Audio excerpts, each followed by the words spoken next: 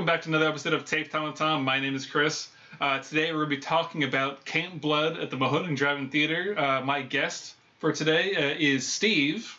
Say hello, Steve. Hey! Who you might remember from the Texas Chainsaw Massacre and Legend commentaries. Let's start off talking about Camp Blood. What is Camp Blood? Would you be able to provide a quick answer for that question? I think I might be able to answer it the way I understand. So the wonderful Mahoning Drive-In, every year for what we assume is the past 9 years, because this was Camp Blood 9, has an event where they show, I'm assuming, slashery sort of themed or summer horror themed sort of movies. And you and I and our beautiful partners all went to Camp Blood 9, and it was great. We had a great time. Let's go. I'm just going to go ahead and do a quick run through for all 6 movies that we saw. They had one more on Thursday, which I'll include during the editing, and then they had a couple more on Sunday that I'll include in the editing. But for the movies that we saw, at least, that we'll be talking about, those include Friday the 13th, the final chapter, that's number 4, Madman, and Neon Maniacs, and that was all on Friday, September 1st. And then Saturday, September 2nd, our second night, was Sleepaway Camp, Sleepaway Camp 2, and Sleepaway Camp 3. So that was a lot of fun. Do you have anything else that you want to say before we dive into each movie, I suppose? Was this our 5th time going to the Mahoning together? Zombie, VHS, Universal, Schlockerama. Yeah, I'd say this is our 5th time.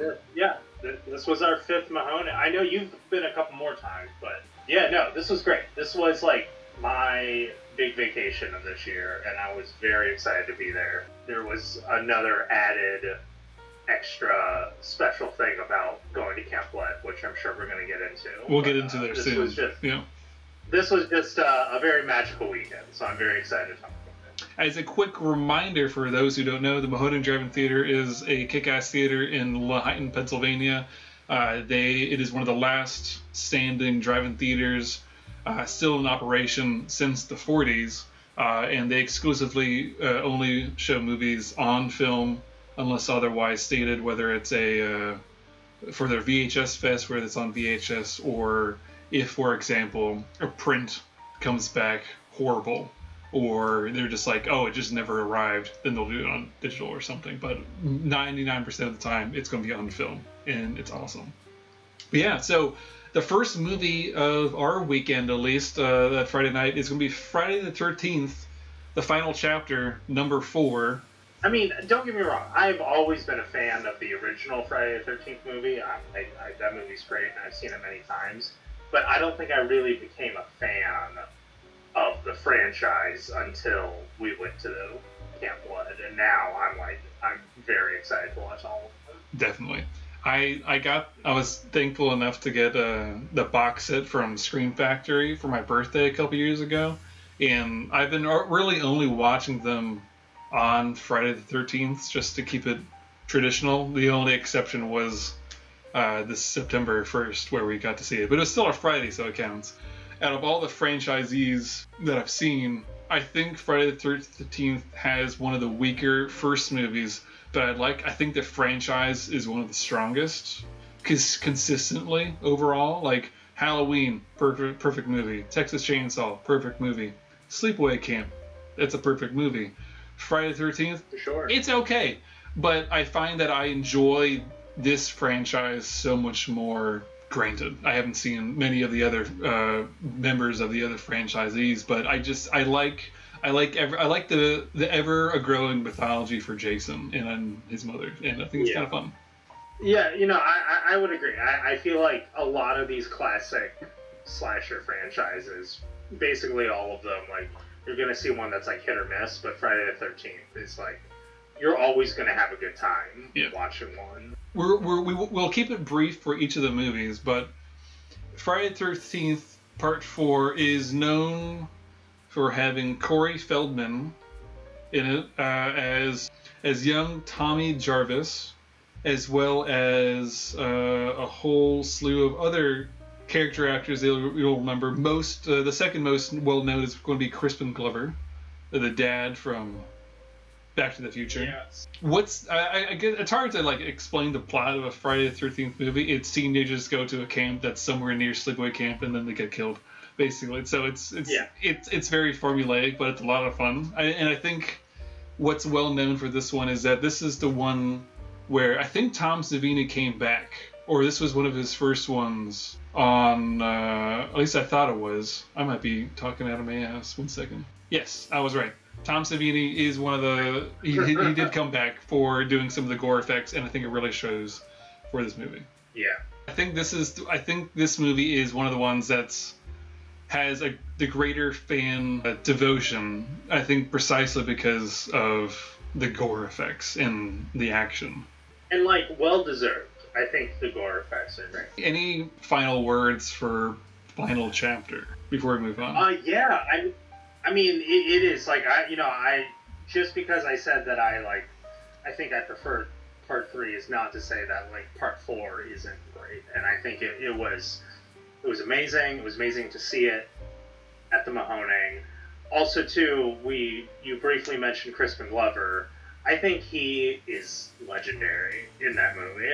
I don't know where it falls in his career, but I'm assuming it's like one of his first movies because I mean this came out before Back to the Future, and like I feel like this is the movie that sets up just the absolute craziness and like bizarre realm that Crispin Glover is willing to live in when he performs, and he is just like he's great in this movie, and he's top notch, and he is like kind of the reason I was the most excited to see it. It's one of his first movies, which is kind of fun. Yeah, he's amazing in it. I think Corey Feldman really grounds the movie. I think it's strong to have like a kid be, I guess, the central focal point for this entry of the franchise, where we could kind of see from his perspective. And I think his turn at the very end is really strong, and I think I'm excited to see how it turns out in whatever the next one is, A New Beginning, I think. So yeah. Yeah, I mean it gets legitimately scary at the end, and like Corey Feldman really kind of holds that. So definitely. The last thing I'll say for the final chapter is, if for folks who are fans or for folks who don't know, there's a podcast called The Film Reroll, where it's a group of folks who play through movies almost like as an RPG, like Dungeons and Dragons. One game a couple years ago, the DM played a movie called Summer Spell, but in reality it was the final chapter of Friday the 13th Part 4, and none of the folks who were playing the game knew it was a Jason movie. Basically, they thought it was just like a romance movie with Crispin Glover from the 80s. And in one part, they were right, but it was fun listening to it. I highly recommend it because it was all about how trying to like romance other folks, but then Jason shows up and starts killing them. So it's hilarious. I highly recommend it. Moving on, our next movie of the weekend is going to be called Madman. Madman, directed by Joe Giano, I think, in 1981, 88 minutes. You can find it on Tubi. I think this movie is one of our favorites for this weekend. I think it's great. We'll get into it, but I think Sleepaway Camp was the reason that I went to Camp Blood. But of the whole weekend, I think Madman was the discovery. Like that was the big find for me, at least. I walked away from that weekend having seen Madman, and I was very glad that I did, because I'm like, this is underrated, and it's not a perfect movie. It's got a lot of flaws, and we'll talk about that. But it's a movie I'm very happy I saw, and I'm excited to see it again. I'm just glad that I know about it now. Definitely. I find that, like you said, it's not a perfect movie, but the comedy scenes, the unintentional comedy scenes are hilarious, but it's also, oh wow, there's some genuinely frightening imagery in the movie, and I think that's It's special. It has 3 forms of exposition, 2 songs and like a title card, basically, that sets up the story. And basically, then, the first 15 minutes is a musical. It's great. I don't know, but it's another camp movie, so it's a bunch of. I think they say it's special kids, but it's like kids of all ages from like 12 through 17. So I don't know how that works, and none of them don't seem very exceptional in any way, shape, or form. So I don't know, except the guy who got lost on purpose. Also, the proportion from campers to counselors is very skewed. It's like literally there's like 6 campers and then there's like 10 counselors, and it makes very little sense. Yeah, there's no one singular actor that I think really made it big, unfortunately, in Madman. But the one guy I do want to point out, his character's name is TP, and he has a belt buckle that says TP. He is played by Tony Fish, and he would have fit in perfectly in Goodfellas. He's that amazing. Yeah, no, he's great. And then also, I feel bad, Chris, you may know, but the main woman in the film is of Dawn of the Dead fame. It's the one from Dawn of the Dead. That's right. But apparently, this movie was non-union, and she was in the union, so she's credited under a pseudonym. Oh. Which I think is interesting. I had no idea. That's interesting. Yeah, so she did this very under the radar, maybe for good reason. I think this movie is like it's almost like the shortcomings of the movie is almost why I'm very interested in it, because it's like Friday the 13th came out in the early 80s, and then after that you just had this huge explosion of Friday the 13th ripoffs. This movie is not like a great movie because there are these like really weird tonal shifts that don't make sense. But the actual like horror parts of the movies, like the actual kills and like the slasher parts of it, like kind of stand head and shoulders above a lot of the other slashers of this era. And it's almost like unfortunate that the whole movie doesn't kind of hold water, because it's got these specific scenes that are just very, very good. And I really hope people don't dismiss this film. Definitely. Because of everything surrounding it, you know. I find that, like, early on in the movie, you'll see a specific imagery of where, I guess, a character runs off from other folks as they're returning to camp from a campfire sing-along storytelling time. And he's in the middle of the woods and he's alone, but he looks up and we see the Madman Mars, as they say that we're not allowed to yell in the woods. But you see him like in the trees, and it's exceptionally shot. And what else? The best thing I could say about this movie is that they shot this at night and they made it look good. It's hard to shoot at night. I've done night shooting before, and it's difficult, and they managed to have enough light without it being like glaringly obvious, and they made it look like moonlight. And it's, I don't know, it might just be watching it on film projected on a big screen, but it looked amazing is what I'll say. The kill scenes are gorgeous. They really are. And then, one of my personal favorite scenes of the movie is the hot tub rotation, I guess. I don't know. It's TP and actress Galen Ross who plays Betsy. It's them two, and they're like in a hot tub, and they're just like encircling each other with some really crazy music, and it's hilarious. But it's also, I don't know, it's memorable, so I like it. You know, that's romance. That's romance for you right there. That's Madman. Do you have any final words before we move on? We're working our way towards the film of the weekend. That was my favorite, but again, just Madman was a great discovery, and I'm hoping other people are able to go check it out. Yeah, when Vinegar Syndrome has their Black Friday sale, I'm thinking about picking up that Blu-ray, because I kind of want to own it. So I'm excited to watch it again. Oh, good to know. Good to know. I might have to do the same. Yeah. So our third movie of the weekend, the third of that night, is gonna be called Neon Maniacs, from 1986, directed by Joseph Minaj. I think that's how you say his name. This movie was a trip because I was tired and I don't remember a whole lot about it.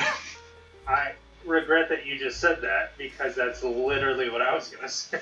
I was very tired at that point, and honestly, I was kind of nodding off during a lot of it. So yeah, I don't know. How do you feel about it? I was gonna say I was gonna defend myself by saying that it started out. The movie started at like 1:30 to 2 a.m. and it's 90 minutes, and which is a fine length, but it's interesting. I did some reading up on IMDb. They had like a super complicated script, and then they had to truncate it a whole lot during production because they ran out of budget. So the movie itself doesn't make a whole lot of sense, and watching it at like 2 a.m. doesn't help. But it's hard to say. It's not the least liked movie. I think I would enjoy it more if I watched it earlier in the night or on a separate day. Basically, it was just the unfortunate circumstance of being third build. Yeah. But yeah, the rough outline for the movie is that in San Francisco, in the catacombs beneath the city, which I don't think exists, but they might. I don't know. Actually, I have no idea. A bunch of neon maniacs of all sorts. There's a caveman, a samurai. I think there's like an army guy, a cowboy. All ghouls dressed up in fantastic costumes go and terrorize hippie, or I guess 80s versions of hippies, which are punk rockers.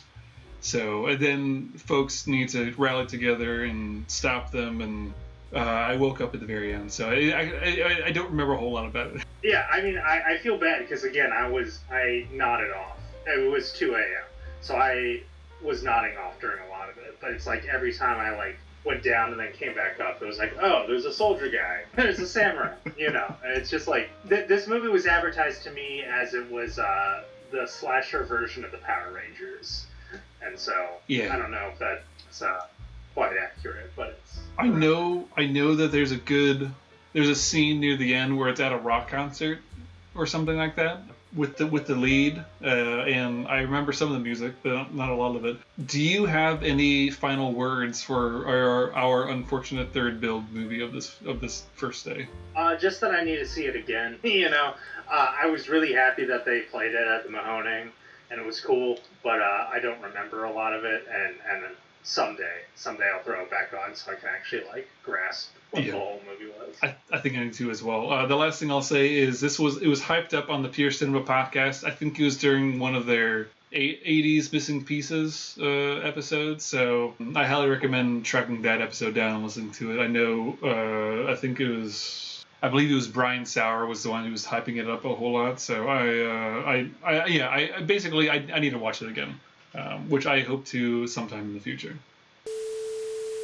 Alrighty, for our second night of Camp Blood 9, this was what we were all waiting for, basically, and I think this is one of the reasons why this weekend in particular at the drive-in was completely sold out. This was a triple feature of Sleepaway Camp 1, 2, and 3, and it was especially exciting for a handful of reasons. Steve, take it away. So, we watched Sleepaway Camp, period, the first one, which is a movie that's very near and dear to my heart, and then it is especially near and dear to my girlfriend's heart. So, you know, it had been like a whole year since we had been at the Mahoning, or at least since I had, and we were like trying to find a time, and you were like, well, what about Camp Blood? And I looked at the lineup and I saw Sleepaway Camp, and not only that, but I saw that Felissa Rose, the star of Sleepaway Camp, was going to be the guest of honor at the Mahoning at Camp Blood.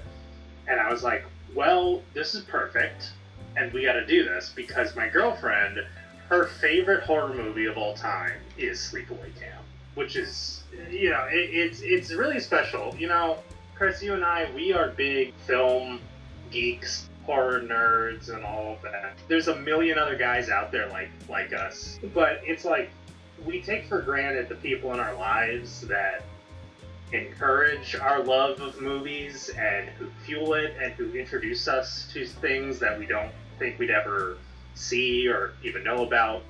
And I was, personally, I was very lucky because I've always been a horror fan, and I always thought that I've seen most of the good things out there. And I started dating my girlfriend like years ago, and she was like, well, have you ever seen Sleepaway Camp? And I was like, no, I haven't. And it was great because it was like, I'm always like annoying her and bombarding her with like movies that I'm like, oh, you gotta see this, you gotta see that, or whatever. But this was a time for her to show me something. So she's a fan, and she showed Sleepaway Camp to me, and now I'm a fan. And so we're like, oh my god, they're gonna show this at the Mahoning on film, and the star, Felissa Rose, is going to be there. We have to go to this weekend. So that was great. What I'll say is Sleepaway Camp, I've never seen any of them, but I'll take any chance when I get to see a large proportion of any franchise back to back, basically. So I had seen the very beginning, I want to say the first 5 minutes or so, on television just a handful, on Halloween, a handful of years ago, basically, because I wanted to watch it. But I had to leave early, so I didn't get to actually watch the whole thing. So I was very happy to finally watch it through and through, basically. And I had been spoiled of the twist ending, which I'm not going to say in case there's anyone else out there, because this is one of the few movies where the twist ending is worth it, not knowing when you watch it. It's not. There's a handful of movies out there where if you watch them, knowing the ending is really the only reason why you want to watch it. Sleepaway Camp is worth not knowing. So don't look up any spoilers. If you see it on any top 10 lists that I saw, don't watch those, basically. So just kind of public service announcement, basically. So it was a lot of fun watching it through and through and seeing how the movie plays. It's goofy. It's definitely goofy for a good 85% of it, up from beginning to end, basically. But that last 5-10 minutes are spectacularly haunting, and the last 10 seconds are goddamn. Those are amazing. It's like I said, it's worth it. It's mind-blowing. Yeah. It is shocking. You got to meet the lead of Sleepaway Camp. Tell us about that experience. Yeah, so that was the other added bonus of going to Camp Blood 9, was the star of Sleepaway Camp is the amazing actor Felissa Rose, and she was there as the guest of honor at Camp Blood 9, Mahoning, signing autographs, taking pictures with people. And again, this is my girlfriend's favorite horror movie, so I'm like, we're gonna stand in line and I'm gonna get you a Felissa Rose autograph. And it was worth it. Sure, there's gonna be people out there who haven't seen the movie, but for those who have, there is a character in the movie named Judy. And my girlfriend cosplayed as Judy from Sleepaway Camp. And Felissa Rose loved it. She ate it up. And, we stood in line, and before we even got there, Felissa Rose sees my girlfriend in line and just immediately is like, I love your costume, and is trying to chat her up. We haven't even gotten there yet. We finally get there, and Felissa Rose was honestly one of the nicest people ever. And it was just so great. She loves the legacy of the movie. She loves the fan base of the movie. And she's there for the fans, and the fans were there for her. And it was just this amazing relationship. I have to show off. This was the picture that Felissa Rose signed for us. She took selfies with us, and it was a good time. Already, it was a perfect weekend. The Mahoning Drive-In, they do a great job, and they can host a good party, but Felissa Rose was able to just manage that crowd in a way that just made it so much more special. Definitely. Do you have any last words for Sleepaway Camp? No, just go see it, and then Sleepaway Camp 2, maybe go see it, but not enough Felissa Rose. Yeah, it's unfortunately Sleepaway Camp 2 and 3 are stars Pamela Springsteen as Angela. Which is kind of interesting because it's Bruce Springsteen's sister, which is kind of funny. But trivia on IMDb says that no one really knew who her brother was, or rather she never publicized it a whole lot, so which is kind of fun. Nice. It's I like Sleepaway Camp 2 more than 3. Actually, I don't know. They're all kind of yeah. Like I said earlier, it's one of the harshest drops between the first and the second movie in a horror franchise, unfortunately. And I think one of the reasons why is because it doesn't have Felicia Rose. It's also just a matter of like character motivation. Like they're finding ways for her to return to camp, and it's like the writer and director was like, this, she needs to go back to camp, otherwise it doesn't make sense, which I think that reason is the reason why it doesn't make any sense, so I don't know. Yeah, I was happy to see it. I think for me, I was more just curious of like, well, I love the first Sleepaway Camp. I'm just curious to see where the franchise went afterward. And I did. I saw it. I don't know if I'll watch it again, necessarily. It was okay. It's not a particularly great movie. There are some gnarly kills in it, though. It explores a lot more of young people figuring out how to be adults. Or just, like, how to grow up in something. Particularly with one character. I forget her name, but it was just the thing that sticks in my mind is there's a character in Sleepaway Camp 2 that's like the pretty blonde, and it's actually a pretty honest portrayal of a young woman exploring her sexuality and like dealing with, unfortunately, like a lot of the stigma that comes with that. And then sort of in a really interesting turn, she has like one of the most disturbing death scenes. Yes. In probably the whole film. To the point and it was like to the point where it's almost a moment where like I didn't quite look away, but I kind of wanted to. And like again, I can't say that it's a good movie, but like that character and that scene in particular, like, got a reaction out of me, which, you know, maybe has some merit to it. Yeah, it's interesting. I know that they have one joke for Friday the 13th where it's like, actually no, I take that back. That's the third movie. This seems like a natural transition point for the third movie. You did not stay awake for this one. You went to bed. I stayed up, and I was like, I'm doing this. So what I'll say is the rough outline for Sleepaway Camp 3 Teenage Wasteland is that there is like the camp was bought out by two folks who wanted to have a means of having underprivileged kids and privileged kids interact and learn from one another, basically.